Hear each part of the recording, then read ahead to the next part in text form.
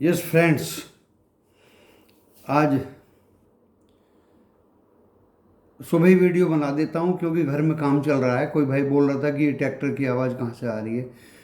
दोस्तों, घर में काम चल रहा है। बाहर बालकनी में बैठ के दोपहर को बनाना शुरू किया था, क्योंकि जब बनाना शुरू किया था वीडियो तब कोई भी आवाज़ दूर तक नहीं थी। इत्तेफाक एक रास्ते में ट्रैक्टर कॉलोनी में कपची एंड रेती लेके आ गया। तो अब बीच में वीडियो में कैसे उठें, ट्रैक्टर को कैसे रोकें। तो देखिए, थोड़ा बहुत तो फैमिली में आप जब रहेंगे और वीडियो बनाएंगे तो ये सब होगा ही। क्योंकि जब मैं पढ़ा करता था, बात मेजर ये थी कि जो आपको नॉलेज जेबल चीज़ है, एक तो क्वेश्चन को आप बिल्कुल सही करिए, टू दी पॉइंट आंसर लेके आइए। एक आप बहुत ही सुंदर लिखिए लेकिन क्वेश्चन का आंसर गलत कर दीजिए। Which is better? अगर आपने राइटअप थोड़ा सा खराब भी लिख दिया लेकिन आंसर सही लिख दिया, वो बेटर है दोस्तों। और राइटअप बहुत सुंदर लिखा लेकिन आंसर खराब कर दिया, दोस्तों उस पर तो जीरो अंडा ही मिलेगा। खैर ये मूड बनाने की बात है। जिस भाई ने लिखा कि ट्रैक्टर की क्या हेलीकॉप्टर की आवाज़ आ रही है, सही लिखा। देहरादून में दोस्तों कैंटोनमेंट बोर्ड एरिया में रहता हूँ, हेलीकॉप्टर भी आते हैं।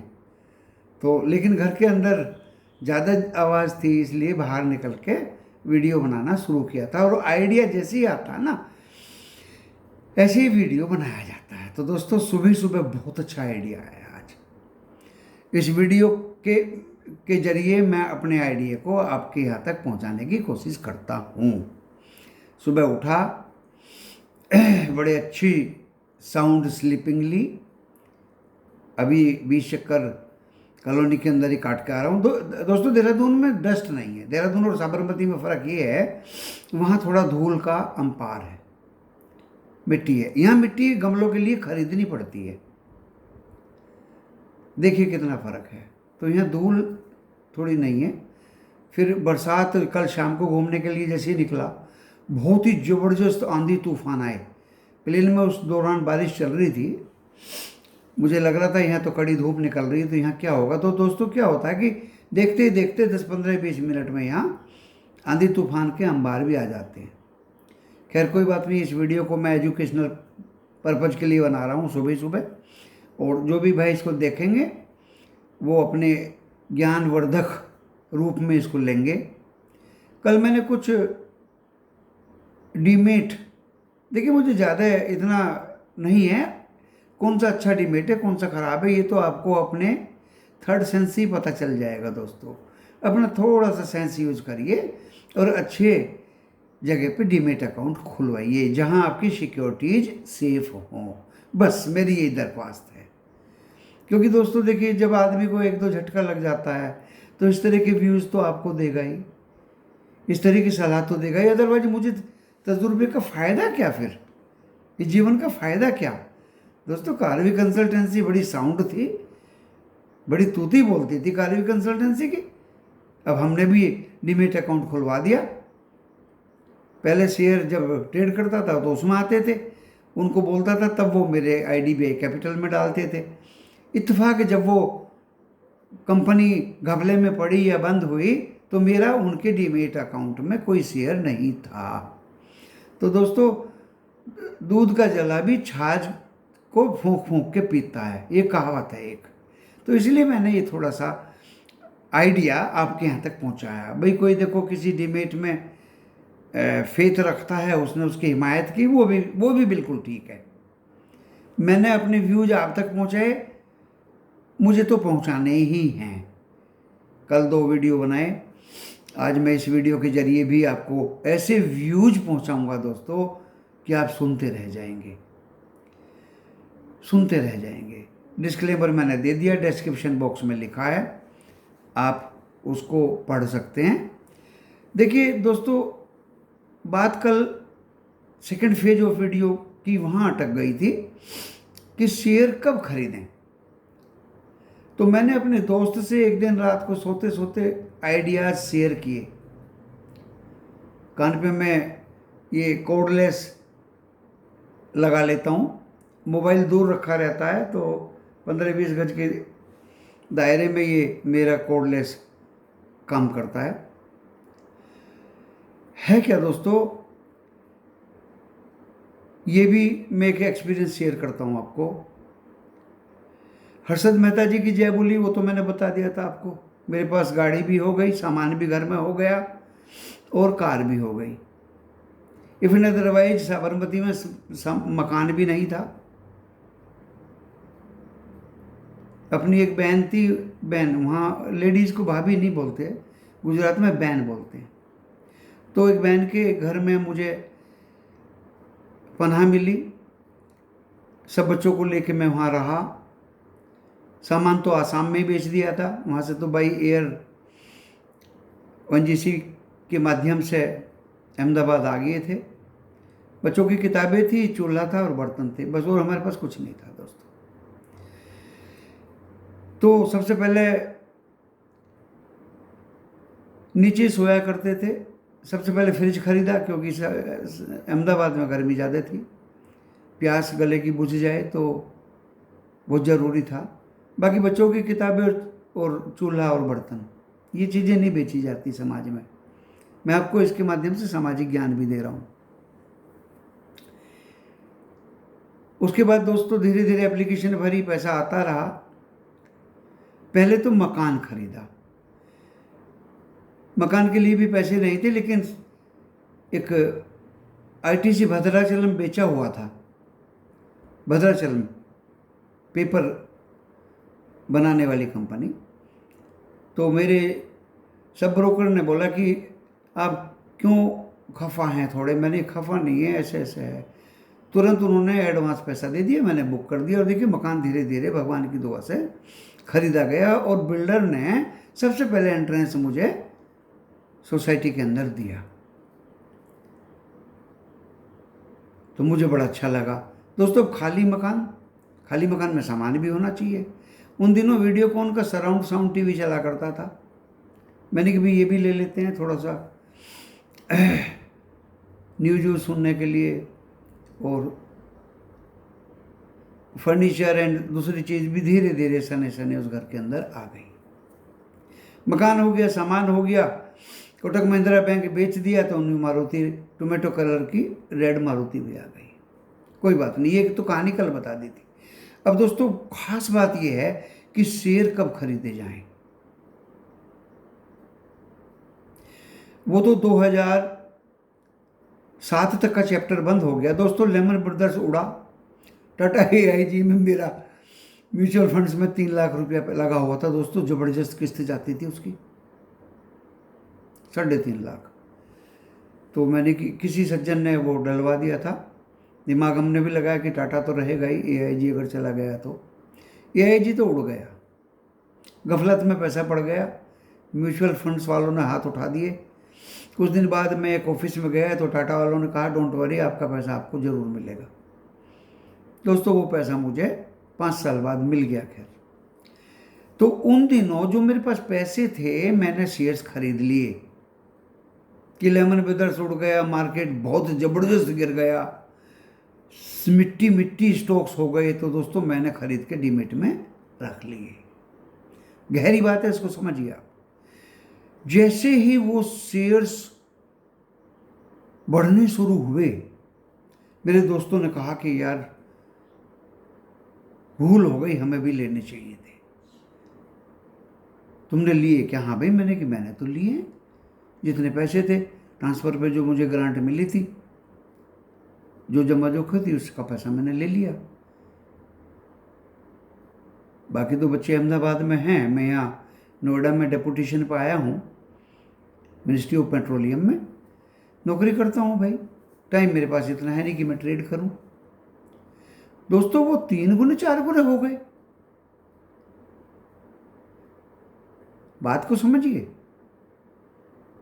खैर, उससे पहले भी शायद घटना एक हुई। जब बाबरी मस्जिद टूट रही थी, मैं शेयर खरीद रहा था। उसके बाद भी एक घटना हुई दोस्तों। लेमन ब्रदर्स में जब बाजार गिर रहा था, मैं शेयर खरीद रहा था। उसके बाद भी घटना हुई जब बॉम्बे में फायरिंग हुई और हमारे एक बहुत ही होनहार कमिश्नर और वो दुष्ट अपराधी पकड़ा गया या बाद में लटकाया गया या क्या हुआ, तो उस दिन मैं शेयर खरीद रहा था। खैर दोस्तों, सबसे संगीन घटना, देखिए समझिए मेरा मतलब क्या है, कंक्लूजन तो मैं बाद में बताऊंगा, अब अभी समझिए। बाबरी मस्जिद से शेयर खरीदे, जैसे ही बढ़े बेच दिए। लेमन ब्रदर्स से शेयर खरीदे, जैसे दुगने तिगने हुए बेच दिए। दोस्तों, बॉम्बे में थोड़ी फायरिंग वाला घटना हुआ था, खरीदे, थोड़ा सा अपलिफ्टमेंट शेयर्स में आया, बेच दिए। दोस्तों, कोरोना हुआ, मैं अहमदाबाद चला गया बैंक में, और मैडम से वो स्विप करा के कार्ड को कि मैडम पैसा चाहिए और ऐसे ऐसे है, वाइट वॉश करवाना मकान पे। अच्छा, कितना चाहिए? मैंने कहा इतना चाहिए। तो मैडम ने मेरा बैलेंस देख लिया दोस्तों, सेविंग अकाउंट में। बोला कि अभी आप तुरंत देहरादून भागो, तेल भवन ब्रांच में जो भी आपका पैसा है उसकी एफडी करके आइए, आप तुरंत भागिए। उन्होंने बैलेंस देख लिया था, स्विप किया ना मशीन पे, एटीएम से मैंने निकाला नहीं, इसीलिए मुझे डर था, मैंने कि कभी कुछ गड़बड़ हो जाए। दोस्तों, मुझे खैर दो रात नींद नहीं आई और मैंने वहाँ से रवानगी डाली और देहरादून आया। वो पैसा, कोरोना पीरियड था दोस्तों, 3 बार बैंक में अंदर गया, 3 बार देहरादून बैंक में बाहर आया। एक औरत ने कहा कि मैनेजर ने कि पैसा कभी कभी हाथ लगता है, इसको जो आप सोच रहे हैं ऐसा मत करिए। मैंने कि मैडम ये ज़िंदगी जुआ है, आर है या पार है। दोस्तों, 1,35,00,000 रुपए थे उसमें। मैंने सभी के शेयर्स कोरोना पीरियड में खरीद लिए, जिनका भाव 60 रुपये, 65 रुपये एंड शायद ओएनजीसी का 70 रुपये था, जो सबसे बेकार शेयर था उस समय पे। टाटा मोटर्स, गेल, दोस्तों कितने नाम बताऊं मैं आपको।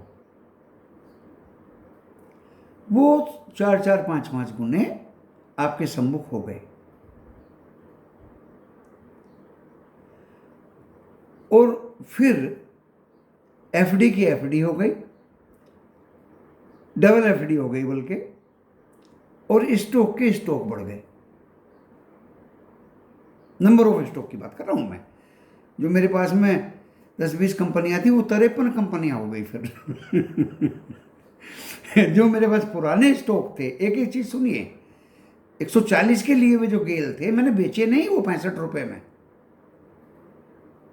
जो 140 के ओएनजीसी थे, मैंने 70 रुपए में बेचे नहीं, उनमें और ऐड किए।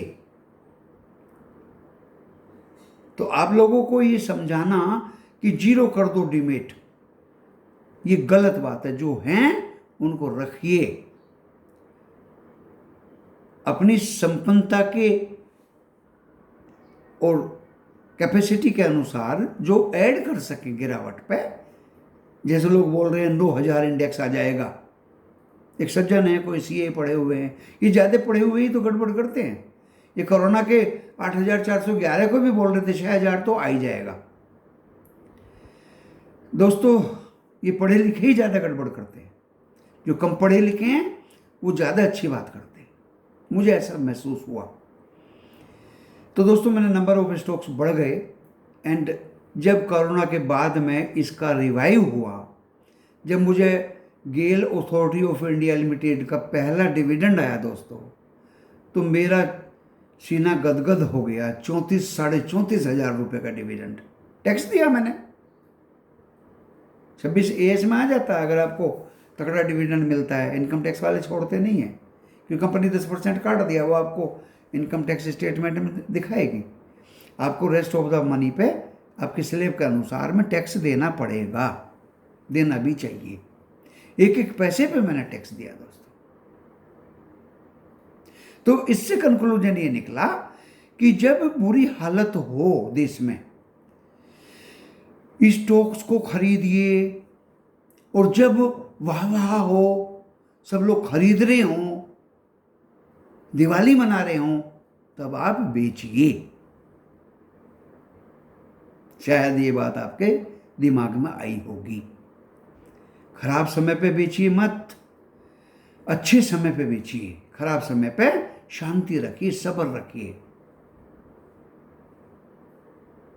अरे सर ये तो गिर गया, अब क्या करूं? सब्र करो, शांति रखो। Peace of the mind is the biggest wealth of the world. शांति दिमाग में नहीं है, उतावलापन है, सब्र नहीं है, तो आप स्टॉक मार्केट मत करिए। मैं तो कॉल करता हूं, मैं तो पुट करता हूं, मैं तो ऑप्शन करता हूं। दोस्तों पैसा सब जगह है, लेकिन आपको सब्र रखना पड़ेगा, डिसिप्लिन में चलना पड़ेगा, शांति रखनी पड़ेगी, इंतजार करना पड़ेगा, छोटे छोटे लोट में पैसा लगाना पड़ेगा, छोटे छोटे प्रॉफिट से पैसा कमाना पड़ेगा। अभी आप कहेंगे क्या हाल चाल है? दोस्तों बहुत अच्छा है। 15 तोड़ देगा, एक दिन तो मेरी जबान से भी निकल गया कि अब तो शायद तोड़ ही देगा। दोस्तों मैं भी इंसान हूं, लेकिन रिजिड हूं, तटस्थ हूं अपनी बात पे।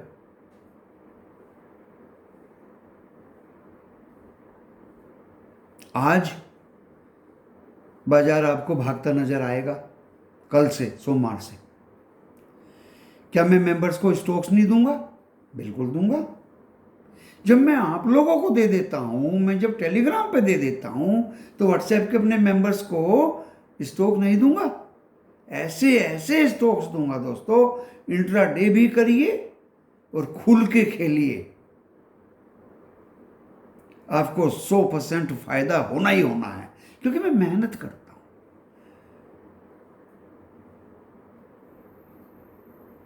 मैं एक्सपीरियंस ऐड करता हूं।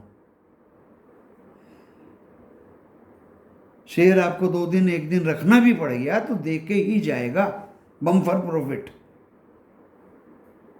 देके ही जाएगा। लेटेस्ट, वेरी लेटेस्ट, क्या हिंदुस्तान जिंक को मैं आपको पैसा नहीं मिला? ओनली 267 पे मैंने तो हजारों खरीदे थे। अपनी कैपेसिटी के अनुसार काम करिए, हो सकता है कल 290 क्रॉस कर दे।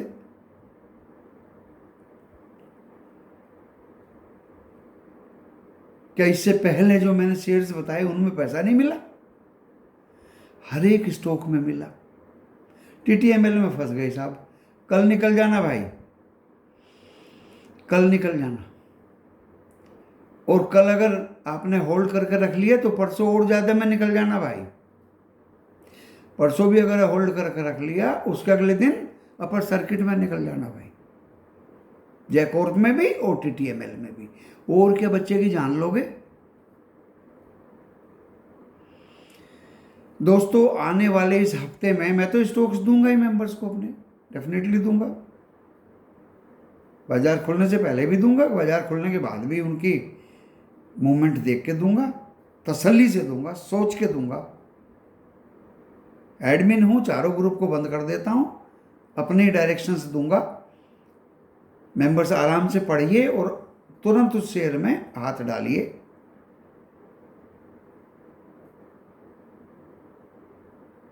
ऑप्शन के लिए मैंने बताया था 207 पे और 211 पे वेदांता स्टॉक ऑप्शन करिए, चलिए करिए। बताता रहता हूं दोस्तों, कल भी बताऊंगा और ऐसा बताऊंगा 100%। अरे क्या फीस दे रहे हो यार, ये तो चलते फिरते आदमी फेंक देता है।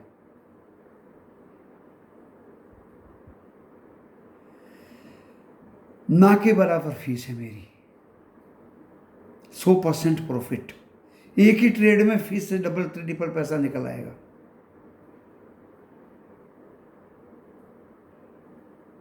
आने वाली वीक में दोस्तों बढ़ने के कारण शेयर बाजार में एक तो यूएस की परफॉर्मेंस है, यूरोप की परफॉर्मेंस है, एशिया की मिली जुली परफॉर्मेंस है। वो ओपन परफॉर्मेंस कल सामने आ जाएगी। निक्की बाजार बंद रहेगा जापान का, वहां छुट्टी है।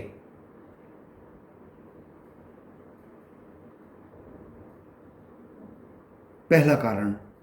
दूसरा कारण दोस्तों, इस हफ्ते में जितने रिजल्ट्स आएंगे with dividend, bonus, split, right issue, performance, जबरदस्त रिजल्ट्स आएंगे। इतनी कंपनियां हैं, इसकी भी एक वजह होगी कि बाजार नीचे नहीं जाएगा। जैसे लोग बोल रहे हैं कि 300 पे पुट ले लेना, अरे फंसवाओगे क्या? बाजार के मूड को देखिए ना। तो दोस्तों ऐसा काम मत करिए। अभी बहुत अच्छा मूव चला था बाजार में, 10, 20, 30, 40 पॉइंट गिरे तो बाय कर लीजिए। जैसे ऊपर जाए तो बेच के पुट ले लीजिए। फिर नीचे 40 पॉइंट गिरे, बेच दीजिए, फिर कॉल ले लीजिए, फिर 40 पॉइंट पर। बहुत ही बढ़िया हिसाब किताब चल रहा था दोस्तों, बहुत ही बढ़िया, बहुत अच्छी तरज बनी हुई थी। तो ऐसा बाजार में ऑलवेज नहीं होता। मोड ऑफ एक्शन जो है वो चेंज होता रहता है, चेंजेबल चीज होती है हमेशा। अभी मूड क्या है, थोड़ी देर बाद क्या है, कल बाजार खुलेगा, सुबह को मूड क्या रहेगा, थोड़ी देर बाद क्या रहेगा, उसके बाद क्या रहेगा। 3-4 चरणों में बाजार में चेंजेस होती हैं। स्टॉक्स में क्या होगा, तो ये चेंजेस होती रहती हैं दोस्तों। जो इनके साथ चलेगा वो पैसा कमाएगा, जो डिसिप्लिन में रहेगा वो पैसा कमाएगा, जो पेशेंस रखेगा वो पैसा कमाएगा। छोटे छोटे लोड्स में पैसा कमाए, प्रॉफिट बुक करेगा वो पैसा कमाएगा। मैंने बता दिया, जब हरियाली हो शेयर बेचो, जब रुवाली हो, रेड हो, देश में बवाल हो गया हो, दुनिया में कुछ गड़बड़ हो गया हो, तब स्टॉक्स खरीदो। आप कभी मार नहीं खाएंगे। बच्चे लोग क्या करते हैं, जब हरियाली होती है, वाह वाह होती है, सब हंसते हैं, दिवाली मनती हैं, दिए जलते हैं, तब स्टॉक्स खरीदते हैं। अरे 13,000 आ जाएगा, अरे 9,000 आ जाएगा, आरबीआई गवर्नर ने ऐसा बोल दिया, ब्याज रेट बढ़ा दिए, देख 16,000 तोड़ दिया, अब 15,800 भी तोड़ेगा, इसके तोड़ते ही 15,200 आ जाएगा। बच्चे जो हैं वो घबरा के माल बेच देते हैं। उस टाइम पे आप सब्र करिए, शांति रखिए, सलाह देने वालों को थोड़ा आगे आगे चल भाई, थोड़ा थोड़ा वो दिखाइए, क्योंकि मेरे अंदर भी गुजराती परंपरा और वहाँ की संस्कृति घुस गई है दोस्तों।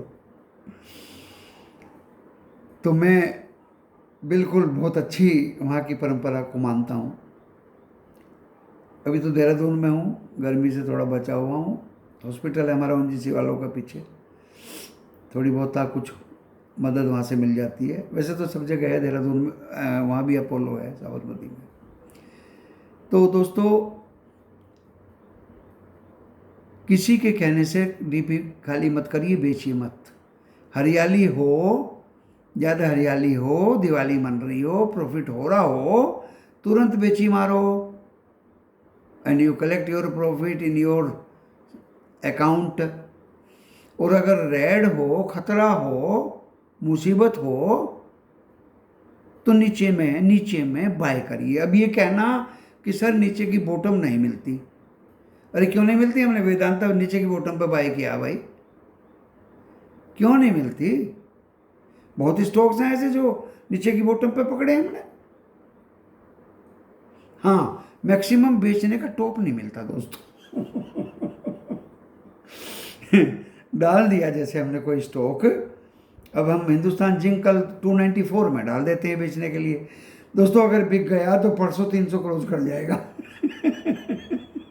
हाथ मलते रह जाओ, मत खरीदिए 304 पे। फिर जो थूक दिया, जो बेच दिया, जो फेंक दिया, सो फेंक दिया, उसको भूल जाइए, उसको भूल जाइए। बहुत ही स्टॉक्स लिस्टेड है, रिक्वेस्ट करिए मेरे से, मैं और बताऊंगा। ये भी एक परंपरा है, सीखिए इन सबको। होता क्या है कि अगर 294 में मैंने लगा दिया और वो बिक गया और वो परसों 300 पे खुला, तो मुझे गुदगुदी होती है, अरे पकड़ो इसे। दोस्तों वही सबसे बड़ी गलती करते हैं हम लोग। गुदगुदी को कंट्रोल करिए। मटके का पानी पीने के लिए बाहर चले जाइए, मत देखिए स्टॉक। कोई बहाना बना के रामनगर घूमने चले जाइए, साबरमती, मत देखिए स्टॉक को। तो कुल मिला के दोस्तों मेरा कहना यही है कि इस हफ्ते में आने वाले में ज़बरदस्त हरियाली रहेगी। इवेंट्स कई हैं, यूएस का सीपीआई डाटा आएगा, उसके बाद दोस्तों एफटीएससी लंदन का आएगा सीपीआई डाटा। एक कंट्री और बताई गई है, उसका भी सीपीआई डाटा आएगा, या चाइना का आएगा। दोस्तों डरिए मत इन डाटा से। रिजल्ट्स बहुत कंपनीज के आएंगे, उनमें एक दो एक्स बोनस वाली भी है, एक्स डिविडेंड वाली तो बहुत सारी हैं। नए नए डिविडेंड भी घोषित होंगे। काफ़ी इवेंट भरा ये वीक होगा, तो ना तो पुंटर्स को ही बाजार गिराने में फ़ायदा है और ना ही ट्रेडर्स को गिराने में फ़ायदा है। प्रॉफिट जहां मिलता हो दोस्तों लेके भूल जाइए, और उस स्टॉक को जब तक वो गिरे ना, डोंट बाय। बहुत हैं, मैं और बता दूंगा। तहे दिल से आपके लाभांश की कामना करते हुए इस कमिंग वीक में मैं इस वीडियो को यहीं विराम देता हूं, और भविष्यवाणी आपको स्टॉक मार्केट की विद नंबर्स शाम को बताऊंगा। नमस्कार।